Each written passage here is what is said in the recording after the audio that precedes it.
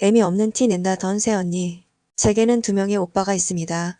위로 14살, 10살 터울이 지는 늦둥이 막내인 저와는 까마득한 격차입니다. 부모님의 사랑을 독차지하며 자랐어야 할 막내딸의 삶은 그러나 제가 15살 되던 해에 송두리째 바뀌었습니다. 어머니가 병으로 세상을 떠나신 겁니다. 회사 일로 바쁘셨던 아버지를 대신해 저를 돌본 것은 사실상 부모나 다름없었던 큰오빠였습니다. 그로부터 몇 년 뒤 아버지의 갑작스러운 해외 발령은 제 삶을 다시 한번 흔들었습니다. 고등학생이 된 저를 머나먼 타국으로 데려갈 수는 없는 노릇이었기에 저는 정든 대구를 떠나 큰오빠가 있는 서울로 가야만 했습니다. 이미 결혼해 가정을 꾸리고 있던 큰오빠의 집. 그곳에는 제 인생의 첫 번째 구원자가 있었습니다. 바로 큰새언니입니다. 친딸처럼 혹은 그 이상으로 저를 아껴주던 사람이었습니다. 사춘기 여동생의 존재가 얼마나 귀찮고 성가셨을까요? 하지만 언니는 단 한 번도 내색하지 않았습니다. 오히려 제 친오빠보다 더 속 깊은 마음으로 저를 이해하고 보듬어 주었습니다. 매주 칼같이 다려진 교복, 주말 아침 도서관 가는 길에 손에 들려주던 따뜻한 도시락, 부족함 없이 채워주던 용돈. 친언니가 있다면 바로 이런 느낌이겠구나. 언니의 온기 속에서 저는 엄마의 빈자리를 조금씩 메워갔습니다. 평화는 길지 않았습니다. 1년 전 큰새언니가 난상 끝에 예쁜 쌍둥이를 낳았습니다. 집안은 두 배의 행복과 두 배의 전쟁으로 가득 찼습니다. 아기들의 울음소리와 분주한 발걸음 속에서 더 이상 제가 기댈 틈은 없었습니다. 결국 가족회의가 열렸고 저는 작은 오빠의 신혼집으로 거처를 옮기게 되었습니다. 고등학교 졸업까지 남은 시간은 고작 1년 6개월. 그때는 그 시간이 지옥이 되리라고는 아무도 상상하지 못했습니다. 특히 그 결정에 순순히 동의했던 작은 새언니는 말입니다. 작은 새언니, 이제부터 편의상 언니라고 부르겠습니다. 제가 그 집에 들어갔을 때 언니는 결혼한 지 겨우 7개월 남짓된 새댁이었습니다. 처음에는 모든 것이 좋았습니다. 미안하고 고마운 마음에 저는 일부러 더 살갑게 굴었고 온갖 집안일을 도맡아 했습니다. 청소, 빨래, 설거지는 물론 매주 토요일에는 작은 오빠의 와이셔츠를 손수 손빨래해 다림질까지 마쳤습니다. 얹혀 산다는 죄스러움과 고마움의 표현이었을 뿐 누구에게도 공치사를 바란 적은 없습니다. 하지만 언니는 저의 선의를 당연한 권리로 여기기 시작했습니다. 전업주부인 언니가 친구와 놀러갈 때 입었던 블라우스까지 제게 손빨래를 맡기던 날 저는 무언가 잘못되고 있음을 직감했습니다. 불길한 예감은 현실이 되는데 오래 걸리지 않았습니다. 운명의 그날은 토요일이었습니다. 도서관은 만석이었고 독서실비를 달라고 할 염치도 없어 집으로 돌아와 식탁에서 공부를 하고 있었습니다. 그때 언니가 대구 시절부터 알고 지냈다는 친구 2명과 함께 들어왔습니다. 시끄럽게 웃고 떠드는 소리가 온 집안을 울렸습니다. 제가 수험생인 것을 뻔히 알면서도 아랑곳하지 않는 태도. 그것만으로도 속이 부글거렸지만 저는 애써 이해하려 했습니다. 제가 도서관에 간 줄 알았을 테니까요. 아가씨, 맥주캔 따는 소리에 이어 저를 부르는 목소리. 언니는 제게 5,000원짜리 한 장을 던지듯 건네며 말했습니다. 요 앞에 포장마차 가서 떡볶이 4인분만 사다 줘요. 5,000원. 요즘 포장마차 떡볶이도 1인분에 4,500원을 하는데 4인분이면 거의 2만 원에 가깝습니다. 저는 교통비를 포함해 한 달 용돈으로 7만 원을 받습니다. 그 돈으로 오빠들 내외와 아버지 기념일까지 챙기고 나면 편의점에서 1,000원짜리 컵라면 하나 사 먹을 돈도 빠듯합니다. 이 돈으로는 턱없이 부족하다는 제 말에 언니는 코웃음을 쳤습니다. 어머, 아가씨는 오빠가 용돈도 주는데 그럴 돈도 없어요? 됐어요. 하면서 언니는 제 손에서 5,000원을 낚아채 갔습니다. 그리고는 제게 등을 돌린 채 친구들과 다시 시시덕거렸습니다. 그래서 대학이나 가겠어요? 가서 공부나 하세요. 그 한마디에 머릿속에 무언가가 툭 하고 끊어지는 것 같았습니다. 더는 집중할 수 없었습니다. 저는 자리에서 일어나 최대한 정중하게 조용히 해달라고 부탁했습니다. 그 순간 술기운이 오른 언니의 친구가 제게 시비를 걸었습니다. 야, 네 새언니가 자기 집에서 노는데 내가 무슨 상관이야? 너만 고3 겪었니? 별일도 아닌데 왜 유난이야? 야유와 비웃음이 사방에서 쏟아졌습니다. 언니는 한술 더 떴습니다. 쟤는 눈치도 안 보나 봐. 오빠 때문에 내가 진짜 미치겠다. 저기요. 제가 여기 있는 거 새언니도 동의하셨잖아요. 참았던 울분이 터져 나왔습니다. 그러자 언니의 입에서 결코 해서는 안 될 말이 제 어머니를 향한 모욕이 비수처럼 날아와 박혔습니다. 와, 쟤 봐봐. 애미년 없이 자라서 가정교육 못 받은 거 티내고 있잖아. 세상이 무너지는 듯한 충격. 돌아가신 어머니를 향한 그 잔인한 말에 눈앞이 캄캄해졌습니다. 친구들의 저열한 동조가 이어졌습니다. 애미년이 일찍 되뒀으니까 저딴 딸년이 있지? 공부도 못하게 생긴 돼지 X이 눈꼴 시리게 구네. 그 순간 저는 더 이상 착한 동생이기를 포기했습니다. 언니는 얼마나 잘나셨는데요?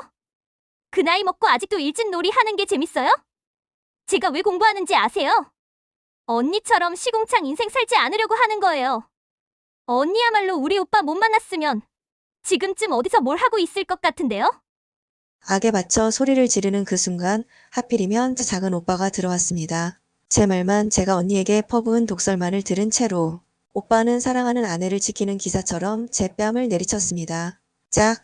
태어나서 처음 맞아보는 뺨이었습니다. 고막을 찢는 파열음과 함께 정신이 아득해졌습니다. 고통보다 더한 것은 서러움과 배신감이었습니다. 제 말은 한마디도 들어보려 하지 않고 다짜고짜 폭력을 휘두른 오빠. 부어오르는 뺨을 부여잡고 저는 그 지옥 같은 집을 뛰쳐나와 무작정 큰 오빠의 집으로 향했습니다. 그렇게 길고 긴 싸움이 시작되었습니다. 큰 오빠의 집은 따뜻한 피난처였습니다.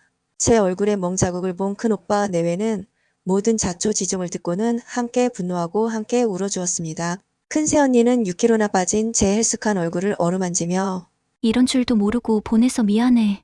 라며 눈물을 쏟았습니다. 그 품에 안겨 저는 한참을 아이처럼 울었습니다. 큰 오빠는 문제를 정면으로 돌파하기로 했습니다. 다음날 저녁 식당의 한적한 방에 저희 네 사람이 마주 앉았습니다. 작은 오빠와 작은 새언니 그리고 저와 제 편이 되어주기로 한 큰 오빠. 하지만 대화가 시작되기도 전에 작은 오빠는 제 멱살을 잡고 또다시 뺨을 때렸습니다. 식당 안의 모든 시선이 저희에게 쏠렸습니다. 숨막히는 정적을 깨고 온갖 감정이 뒤섞인 대화가 폭발하기 시작했습니다. 형, 쟤 진짜 미친 X야. 쟤 망상증 있는 것 같으니까 정신병원 데려가 보든지 해야 돼. 어떻게 새언니한테 저렇게 굴어? 저러니까 가정교육 못 받았다고. 뭐라 소리 들어도 할 말 없는 거잖아. 오빠 왜 그래? 내가 감싸 안고 간다고 했잖아? 너 돌았냐? 어따 대고 손찌검질이야. 쟤 너보다 어려도 10살이나 어린애야. 애라고. 제가 인터넷에 글 쓴 거 봤어? 형이 보고 나서 말해. 그래. 안 그래도 그것 때문에 너랑 재수씨 여기 불렀다. 일단 앉아라. 작은 오빠가 말한 인터넷 글의 전말은 이렇습니다. 제가 쓴 글을 작은 새언니가 목요일 저녁에 발견했고 그걸 작은 오빠에게 보여주며 자기는 이런 적이 없다고 완벽한 거짓말을 늘어놓은 것이었습니다. 옷빨래는 제가 먼저 도와주겠다고 물어서 준 것이고 밥은 제가 소화가 안 된다며 안 먹겠다고 했답니다. 가정교육 운운한 것은 제가 자기 친구들에게 실없게 주제에 라며 무시해서 어머님이 안 계셔서 가정교육 못 받았다는 소리 들을 수 있다. 라며 시어머니를 아끼는 마음에 엄하게 훈계한 것이라고요. 심지어 애미년이라는 말은 한 적도 없다고 했습니다. 용돈이 적었던 것마저 제가 엇나갈까봐 걱정하는 마음에서 일부러 작게 준 것이라는 포장이 붙었습니다. 모든 자초지종을 들은 큰 오빠가 무겁게 입을 열었습니다. 서연아, 어떤 게 사실이야? 큰오빠, 난 진짜로 하늘에 맹세하고 돌아가신 엄마한테 약속하는데 진짜 거짓말 아니야. 여보, 나는 서연이 믿어. 우리 집에 살면서 서연이가 얼마나 잘했는지 기억 안 나? 그러면 제가 그동안 본성을 숨기고 우리한테 가식적으로 대한 거라고 생각해? 그것도 몇 달 동안? 서연이는 분명히 성심성의껏 동서한테 했을 거야. 여보, 당신이 안 믿어주면 서연이를 누가 믿어줘? 아가씨, 더는 거짓말하지 마요. 제가 다 안고 갈게요. 야, 김서현, 너 여기서 계속 거짓말하면 진짜 정신병원에 쳐넣어버린다. 그 순간 모든 것을 지켜보던 큰 오빠가 작은 오빠를 향해 불같이 소리쳤습니다. 앞으로 너는 나보고 형이라고 부를 생각하지 마라. 지가 업어 키운 동생도 못 믿는 새끼가 무슨 자격으로 가족 운운하냐? 그리고 재수씨, 당신도 그만하세요. 저희 부부는 당신 안 믿습니다. 이게 만약 이 사람이 했다고 서연이가 말했더라도 나는 서연이를 믿을 거다. 야, 태우, 너는 그냥 등신색이야. 서방님이 많이 잘못하셨어요. 동서도 그렇게 살지 마. 더러워 보여. 저는 이전에 오빠한테 맞은 뺨 2대와 오늘 당한 멱살잡이에 너무 서럽고 억울하고 화도 나서 작은 오빠를 향해 마지막 말을 뱉어냈습니다. 작은 오빠, 나보다 10살이나 많으면서도 상황 파악을 못하나? 오빠라는 호칭도 아깝다. 앞으로 나한테 아는 척도 하지 마. 작은 오빠가 저 사람이랑 지지고 볶고 뭘 하든지 간에 상관 안 하겠는데 우리 보지 말고 살자, 제발. 아니다, 봐도 아는 척하지 말자. 저는 그 말을 끝으로 큰 오빠네 집으로 돌아왔습니다. 하지만 이것은 끝이 아니었습니다. 멍이 든 저의 뺨을 보던 담임 선생님이 무슨 일이 생기면 연락을 달라 하셨던 아버지께 전화를 하신 겁니다. 며칠 뒤 담임 선생님의 연락을 받은 아버지가 해외에서 일주일 휴가를 내고 급히 귀국하셨습니다. 제 얼굴의 상처와 마음의 멍을 확인한 아버지는 다 내 잘못이다. 라며 우셨고 저희 집은 다시 울음바다가 되었습니다. 아버지는 작은 오빠에게 전화를 걸어 불호령을 내렸습니다. 너 이놈! 그 여자랑 이혼 안 하면 너랑 나랑 부자 인연 끊는 줄 알아라! 상황은 최악으로 치달았습니다. 이번에는 작은 새언니의 어머니, 즉 사돈 어른한테서 연락이 왔습니다. 어느 카페에서 둘이 만나자는 연락이었습니다. 두려웠지만 피할 수 없다는 생각에 약속 장소인 카페로 나갔습니다. 만일의 사태에 대비해 친구에게 도움을 청하고 mp3의 녹음 버튼을 눌렀습니다. 잔망스러운 년! 카페에 나타난 사돈 어른이 제게 던진 첫 마디였습니다.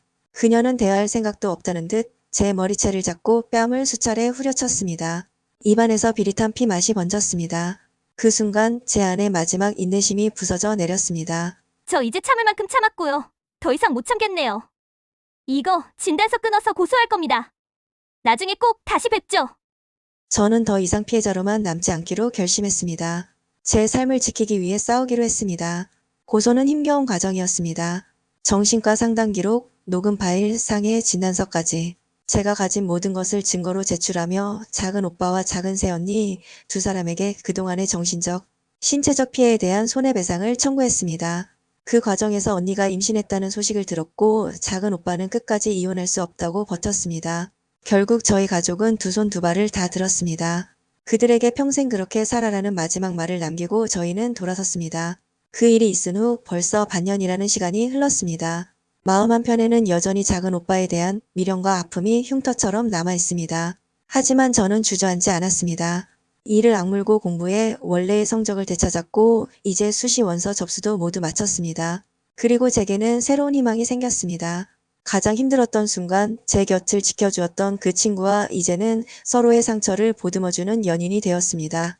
우리는 같은 대학을 목표로 함께 공부하며 친구이자 선의의 경쟁자로서 서로에게 힘이 되어주고 있습니다. 얼마 전 큰오빠 내외 그리고 예쁜 쌍둥이 조카들과 함께 처음으로 가족사진을 찍었습니다. 사진 속에서 저는 아주 오랜만에 진심으로 웃고 있었습니다.